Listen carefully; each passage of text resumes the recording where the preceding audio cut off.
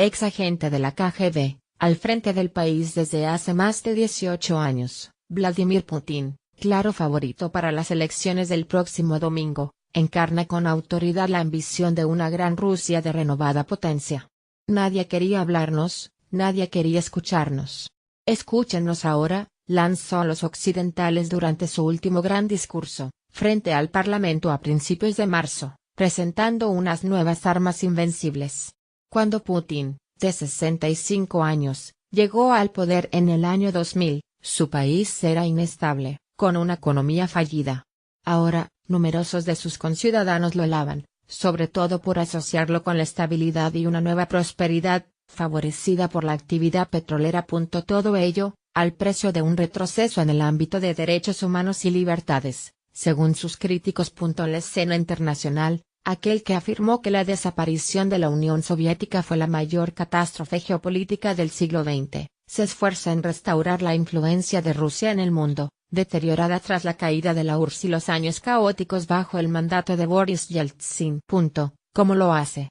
Mediante una lucha paciente y obstinada, al acecho de cualquier síntoma de debilidad del adversario, explicaba en 2013 Putin, octavo dan de judo, respondiendo a un ruso que le pedía que hiciera todo lo posible para alcanzar y adelantar a Estados Unidos, un viejo objetivo de la época soviética. Una técnica que le ha resultado exitosa en Siria, donde la intervención militar de Rusia desde 2015 en apoyo al régimen de Damasco supuso un giro en el transcurso de la guerra y permitió a Bashar al-Assad seguir en el poder. Un año antes, Putin se había puesto el traje de restaurador de la Gran Rusia al anexionar la península ucraniana de Crimea, tras su ocupación por tropas rusas y un referéndum considerado ilegal por la comunidad internacional. Con esta operación mejoró su imagen en casa, pero desató la peor crisis desde el fin de la Guerra Fría entre rusos y occidentales, que además acusan a Moscú de apoyar militarmente a una rebelión separatista en el este de Ucrania, algo que el Kremlin niega. Gran aficionado al deporte, el presidente ruso también intentó hacer de su país una potencia deportiva, lo que también generó una crisis internacional. Rusia organizó en 2014 los Juegos Olímpicos más caros de la historia en la estación balnearia de Sochi y, en verano de 2018, acogerá el acontecimiento deportivo más seguido del mundo, el Mundial de Fútbol. Pero los sueños del Kremlin se vieron ensombrecidos por las acusaciones de dopaje institucionalizado a raíz del informe McLaren en 2016. Moscú siempre ha negado con vehemencia esas acusaciones, pero a los atletas rusos les costó su participación en los Juegos Olímpicos 2016 de Río y provocaron la exclusión de Rusia en los Juegos Olímpicos de Invierno de Pyeongchang. Nacido el 7 de octubre de 1952 en el seno de una familia obrera que vivía en una habitación de un apartamento comunitario de Leningrado, hoy San Petersburgo, nada hacía presagiar que Putin acabaría ocupando la cima del poder. Vengo de una familia modesta, viví esa vida durante mucho tiempo, explica en su página web dedicada a su biografía.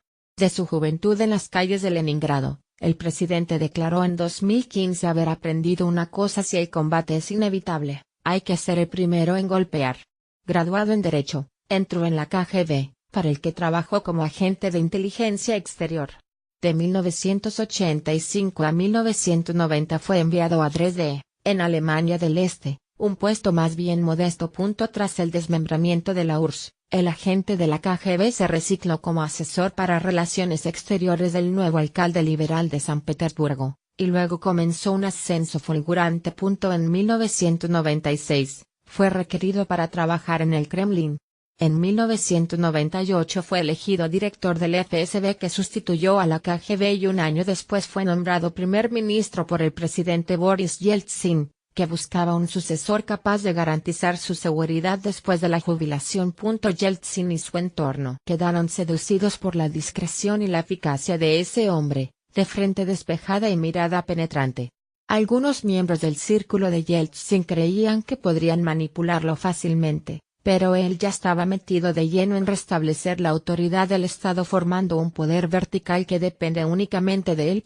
Cultivando su imagen de tipo duro, el 1 de octubre de 1999, tras una serie de atentados, inició la Segunda Guerra de Chechenia, Un conflicto marcado por los abusos cometidos por el ejército ruso y el bombardeo ciego de Grozny.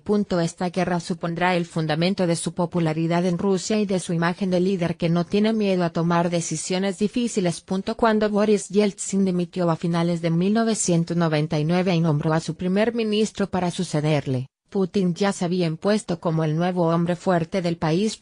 Tras ser elegido en 2000 sin mayores complicaciones, Putin aceleró su influencia en el poder apoyándose en las estructuras de fuerza S.